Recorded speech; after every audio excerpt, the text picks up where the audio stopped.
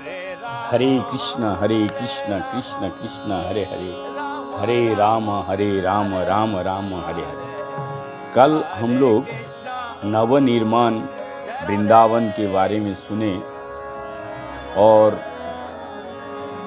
उस पश्चात हम लोगों को जो ब्रज में वृंदावन में आकर के जो हमारे गौरंग महाप्रभु के जैसे परिकर लोग सारे साधु संत लोग आए थे, उनके चरित्र को हम लोग थोड़ा सा आज सुनेंगे। इस पश्चात चारों संप्रदाय के साधु संत महापुरुष हमारे गुरु वर्ग जो जहाँ पे जिस अवस्था में है सभी को मेरा कोटि कोटि दंडवत प्रणाम। यद्यपि हम साधु तो नहीं हैं और वैष्णव भी नहीं है, क्योंकि हम उन लोगों के छत्र छाया में रह करके उन लोगों के मुखार बिंद से जो सुनते हैं उस आस्वादन करते हैं और भी कथा जैसे सुनते हैं। वर्तमान में जो अनुभव हुआ उस अनुभव से हमें ये स्पष्ट मिलता है, पहले जो कथा था उसमें हमारे भगवान माध्यम था। हम हर बात पे भगवान को लेकर के भगवान के माध्यम तक रख करके हम कथा करते थे, कोई भी कथा सुनते थे। अभी जो है कथावाचक माध्यम, तो ये अंतर, आगे भी कथा होता था और अभी भी कथा हो रहा है और भविष्य में और भी कथा होगा। तो जो चेंजिंग आया, पहले का कथा सुनिए तो उसमें उस कथा में केंद्र बिंदु होता था हमारे प्रभु, हमारे ठाकुर जी। तो जो माध्यम होता था, कथा का माध्यम हमारा भगवान होता था और अभी कथा का माध्यम है कथावाचक। तो ये अंतर है। इस अंतर को आप कैसे पहचान पाएंगे? तो इस अंतर को पहचानने के लिए आपको जो हमारे आचार्यगण का चरित्र है, आचार्यगण का जीवनी है, वो सुनना पड़ेगा, पढ़ना पड़ेगा। तो आज हम जितने आचार्य हमने जहाँ तक पाए हैं, वृंदावन में जो आचार्य हमारे चैतन्य महाप्रभु की परिकर से शुरुआत से जैसे रहते थे, उनका धीरे धीरे करके वर्णन करके, जैसे श्रीपाद माधवेंद्र पुरी, श्री लोकनाथ गोस्वामी और श्री भूगर्भ गोस्वामी काल हम लोग वर्णन किए थे थोड़ा बहुत। उसके बाद श्रीपाद सनातन गोस्वामी, श्रीपाद रूप गोस्वामी, श्रीपाद रघुनाथ भट्ट गोस्वामी, श्रीपाद प्रबोधानंद सरस्वती, श्रीपाद गोपाल भट्ट गोस्वामी, श्रीपाद जीव गोस्वामी, श्री रघुनाथ दास गोस्वामी प्रभु, श्रीपाद श्री राम राय प्रभु, श्री नारायण भट्ट गोस्वामी, श्री गदाधर भट्ट गोस्वामी, श्री मधु गोस्वामी, श्री कृष्णदास कविराज गोस्वामी, श्री निवास आचार्य प्रभु, श्री नरोत्तम दास ठाकुर, श्री श्याम सुंदर प्रभु, श्री विश्वनाथ चक्रवर्ती ठाकुर, श्री बलदेव विद्याभूषण गोस्वामी, श्री मुकुंद दास जी महाराज, श्री एवं इत्यादि बहुत सारे बहुत आए हैं। लेकिन वृंदावन वासी जो लोग हैं उनके नाम हमने अभी वर्णन किए। इनमें से 7 मंदिर का भी मैंने जो स्थापना, यही जो गोस्वामियों ने 7 मंदिर का स्थापना किए हैं वो भी हमने कल उल्लेख किया। फिर भी आज मैं एक बार बता देते हैं, सुन लीजिए। जैसे रूप गोस्वामी राधा गोविंद देव जी की, सनातन गोस्वामी राधा मदन मोहन जी की, गोपाल भट्ट गोस्वामी राधा रमन जी की, लोकनाथ गोस्वामी राधा विनोद जी की और जीव गोस्वामी जी राधा दामोदर जी की, मधु गोस्वामी जी ठाकुर गोपीनाथ जी की और श्यामानंद प्रभु जी, श्यामानंद जी ठाकुर राधे श्याम सुंदर जी की। तो ये स्थापना की थे और उसके बाद अनेक छोटे छोटे मठ मंदिर स्थापना किए हैं। तो वो उसका तो उल्लेख करने से बहुत ही बहुत ही मतलब समय और हमें इतना ज़्यादा जानकारी, क्योंकि हजारों हजारों मठ हमारे चैतन्य परिकर के, सारे चैतन्य महाप्रभु के परिकर के, तो उनमें से सबसे शुरुआती जो हमने उल्लेख किया श्रीपाद माधवेंद्र पुरी का जीवनी का हम प्रथम परिचय आज हम पढ़ेंगे, जानेंगे, तो सुनेंगे। आप सभी से हमारा विनम्र निवेदन है, हमें आशीर्वाद दीजिए निरंतर कि मैं हरिनाम में रुचि हूँ। 15वीं शताब्दी का अंतिम काल विदेशियों के आक्रमण और उनकी विध्वंसात्मक नीति के कारण ब्रजमंडल उजड़ गया। वहाँ के तीर्थ अपने अस्तित्व का सब चिन्ह खो चुके थे। केवल तीर्थराज गोवर्धन विद्यमान है, पर कोई तीर्थ यात्री वहाँ नहीं दिखता था। बहुत दिनों से उपेक्षित रहने के कारण सारा प्रदेश भयावह और अंधेरे हो गया। चारों ओर जंगल, जहाँ कहीं ग्वाल वाल कृष्ण के साथ स्वच्छंद केली किया करते थे, वहाँ आप हिंसक पशुओं और लुटेरों के भय है। जहाँ कृष्ण के बांसी नाद स्थावर जंगल की आकर्षित किया करता था, वहाँ आप जंगली जानवरों की चिंगाड़ सुनाई देती है। कभी कोई विरला कृष्ण प्रेम को दीवाना ही उधर जाने का साहस कर लेती है। आज ऐसी ही कृष्ण प्रेम के दीवानों यात्री को देख वहाँ के ब्रजवासी चकित है।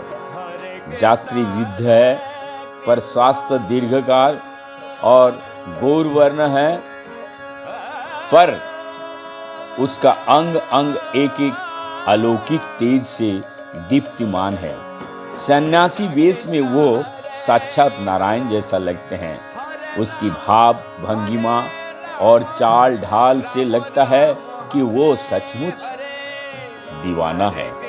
वो कभी हंसता है, कभी रोता है, कभी गाता है, कभी नाचता है, कभी हा कृष्णा हा गोपाल कह पृथ्वी पर लोटपोट होता है। वो जब मोर की नृत्य करते देखता है, तब मोर मुकुटधारी गोपाल उसकी स्मृति पटल पर नृत्य करने लगता है।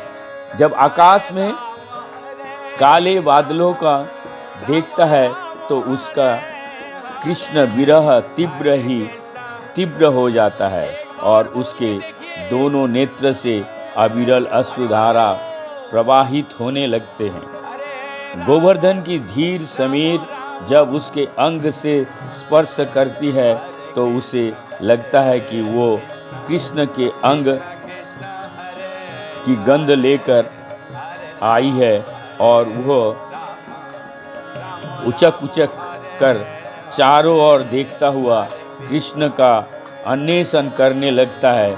कभी उसे किसी कदम्ब के नीचे खड़े कृष्ण की झलक देखी जाती है, तो इधर उधर भाग पड़ता है और कृष्ण उद्देश्य होते ही मूर्छित हो भूमि पर गिर पड़ता है।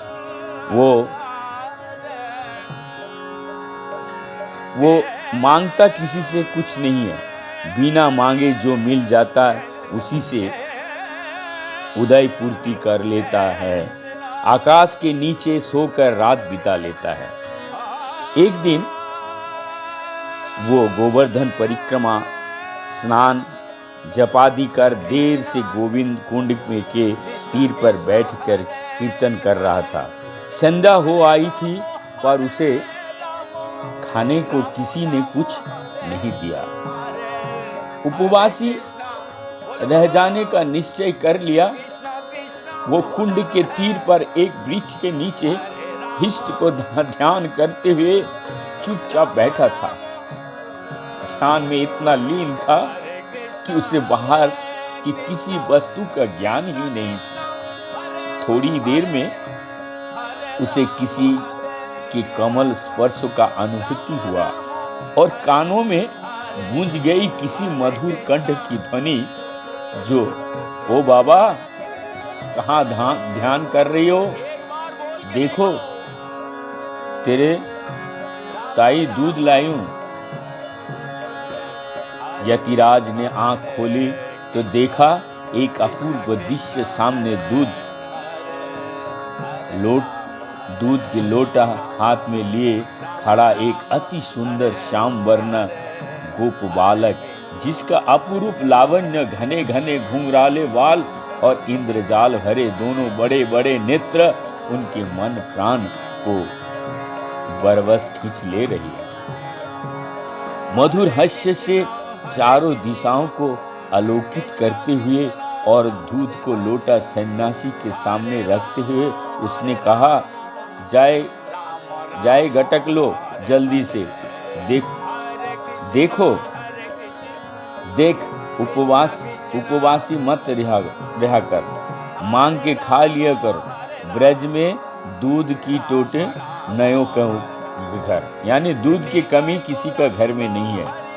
समोहित जैसे यतिराज बालक की और निर्विशेष देखते रहे। कुछ ही क्षण बाद अपने को संभालते हुए बोले, बेटा कौन है तू, कहाँ रहे है, तूने कैसे जाना मैं उपवासी हूँ।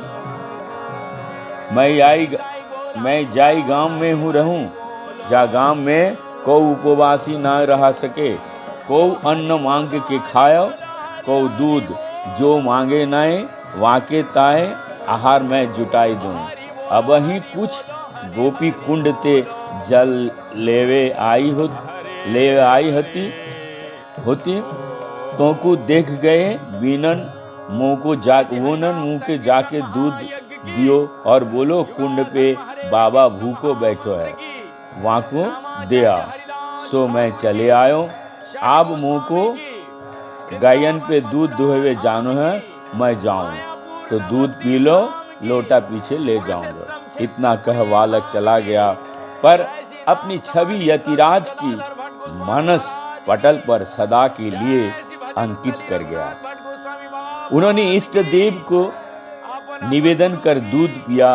दूध पीकर उनकी जैसी तृप्ति हुई वैसी ही पहले कभी नहीं हुई थी। उनके रोम रोम पे एक एक अप्राकृतिक आनंद की अनुभूति व्याप रही थी। साथ ही उस बालक की छवि उनके नेत्र के सामने से एक पल को भी नहीं हट रही थी।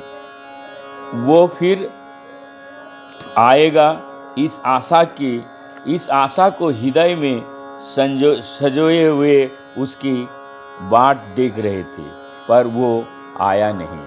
उसका ध्यान करते करते बहुत रात्रि बीत गई।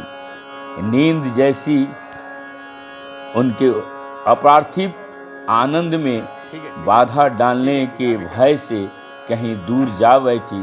शेष रात्रि में कुछ तंद्रा आ गई। तंद्रावस्था में स्वप्न में उन्होंने देखा उसे एक आलोक पुंज के मध्य में से उनकी ओर स्नेह भरी दृष्टि से देखते हुए एक मधुर स्मृति के साथ कहते हैं, बहुत ध्यान से सुनिएगा, माधवेंद्र अच्छा हुआ तुम आ गए। मैं बहुत दिनों से तुम्हारा वाट देख रहा था। जानते हो मैं कौन हूँ? बहुत दिन हुए गोवर्धन पर्वत के पास के एक प्रांत में मेरा पुत्र महाराज ब्रजरनाभ ने मेरी गोवर्धनधारी गोपाल मूर्ति की स्थापना की थी। यवन के आक्रमण के समय पुजारी मुझे एक गहन कुंज के भीतर छिपाकर भाग गए थे। तब से मैं वही हूँ। चलो तुम्हें वो स्थान दिखाऊं। इतना कह वो नव किशोर उन्हें हाथ पकड़कर वहां से कुछ दूर ले गया। लता पताओं से आच्छादित एक कुंज को दिखाते हुए बोला, देखो इसी कुंज के भीतर मैं तब से पड़ा हूँ। गर्मी सर्दी और वर्षा के कष्ट झेलते मुझे इतने दिन हो गया है। तुम्हारी प्रेम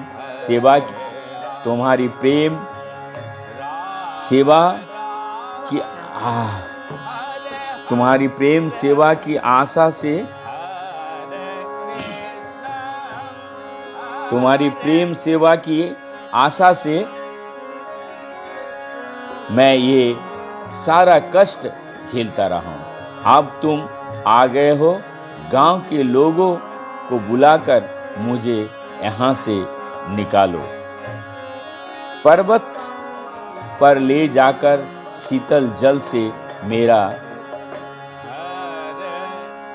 अभिषेक करो और एक मंदिर बनाकर मुझे उसमें स्थापित करो। इतना कहकर किशोर अंतर ध्यान हो गया माधवेंद्रपुरी जी ने कि तंद्रा भंग हो गई। साथ ही प्रारंभ हुआ उनका रोना धोना, हाथ मल मल कर पछताना और पृथ्वी पर लोट पोट हो आत्म तिरस्कार करते हुए बार बार कहना, हे प्रभु, हे दीननाथ, तुमने इस अधम पर इतनी कृपा की, इसके लिए इतना कष्ट किया। अपने हाथ से दूध लेकर आए, दर्शन दिए और दूध पीने का प्रेम पूर्वक आग्रह किया, फिर भी इसने तुम्हें नहीं पहचाना। तुम आए और चले गए, तुम्हारी सेवा पूजा स्मृति तो दूर, तुम्हें बिठाकर प्रेम की दो बातें भी तुमसे ना कर सका। थोड़े देर में प्राकृत हो उन्होंने सोचा, इस तरह रोने से क्या लाभ। प्रभु ने मेरी सेवा अंगीकार करने कहा है, क्यों ना उन्हें कुंज से निकालकर शीघ्र ही उनकी सेवा की व्यवस्था करूं। उसी समय उन्होंने कुछ ग्रामवासियों को बुलाकर सब वृत्तांत कह सुनाया। उनके माध्यम से सारे गांव में सूचना हो गई कि ब्रजनाभ महाराज द्वारा स्थापित गोपाल मूर्ति माधवेंद्र जी ने एक कुंज से अपना उद्धार करने का आदेश दिया। माधवेंद्र जी को आदेश दिया। एक अपूर्व आलोड़न के सृष्टि हुई। ब्रजवासियों की गोपाल के प्रति सहज प्रेम उफान आया। सत सत नारी नर कुल्हाड़ी कुदाल आदि लेकर चल पड़े श्री माधवेंद्रपुरी के नेतृत्व में कुंज की गोपाल को उद्धार करने के लिए। सपनादिष्ट दुर्गम अरण्य स्थित स्थान पर पहुंचकर उन्होंने आरंभ किया कुंज के दुहिद लता गुलमादी के जाल को काटकर साफ करना। थोड़ी ही देर में दिखा ब्रजराज और त्रिनादि से आच्छादित गोपाल की मनोरम मूर्ति देख ब्रजवासियों के आनंद की सीमा ना रही। माधवेंद्रपुरी के दोनों नेत्र से आनंद श्रु प्रवाहित होने लगे। सबने मिलकर सी मूर्ति को बाहर निकाला। मूर्ति इतना भारी थी कि उसे उठाने के लिए कोई महाबलिष्ठ लोगों को आवश्यकता पड़ी। वे उसे बलपूर्वक उठाकर ले गए और पर्वत के ऊपर एक शिला पर स्थापित किया। गांव के कुम्हारों के पास जितने नवघट थे सब मंगा लिए गए। उनमें गोविंद कुंड की छाना हुआ जल मंगाया गया। 100 घोड़े से माधवेंद्रपुरी जी ने गोपाल जी का अभिषेक आरंभ किया। नाना प्रकार के वाद्य और भैरी बजने लगे। ब्रजवासी नृत्य करने लगे। स्त्रियां कोकिल स्वर में गाना करने लगी। महाहर्ष ध्वनि और कोलाहल के बीच पंचगव्य और पंचामृत आदि से, बहुत ध्यान से, पंचगव्य और पंचामृत अभिषेक में अनिवार्य गोपाल का महास्नान हुआ। अंग मार्जन कर वस्त्र धारण कराए गए। चंदन तुलसी फूल माला अर्पण की गई। धूप दीपादि दान करने के पश्चात दूध दही फल मिष्टान्न की भोग लगाया गया। इसके बाद हम लोग कल सुनेंगे अन्नकूट हेनमते अन्नकूट करिल साजन पुरी गोसाई गोपालेर कोइल समर्पण। ये चैतन्य चरितामृत में है। तो आज हमारा जो समय है, ये समय को काफ़ी हो जाने के वजह से इससे ज़्यादा बड़ा हम वीडियो नहीं बना सकते हैं। तो हम कल फिर अन्नकूट से चलेंगे और माधवेंद्र पुरी जी का पूर्वाश्रम का भी हम वृत्तांत सुनेंगे। उसके पश्चात संन्यास दीक्षा, उडुपी में भक्ति साधना, फिर जो गोपाल का नया आदेश क्या हुआ, फिर रेमुना गया माधवेंद्र पुरी के लिए, गोपीनाथ जी ने खीर कैसे चोरी किए, ये सारे हम लोग सुनेंगे एक एक करके। आप लोगों का खाली हमें आशीर्वाद चाहिए। आशीर्वाद बोले तो क्या, खाली हरिनाम में मेरा रुचि हो। हरे कृष्णा हरे कृष्णा।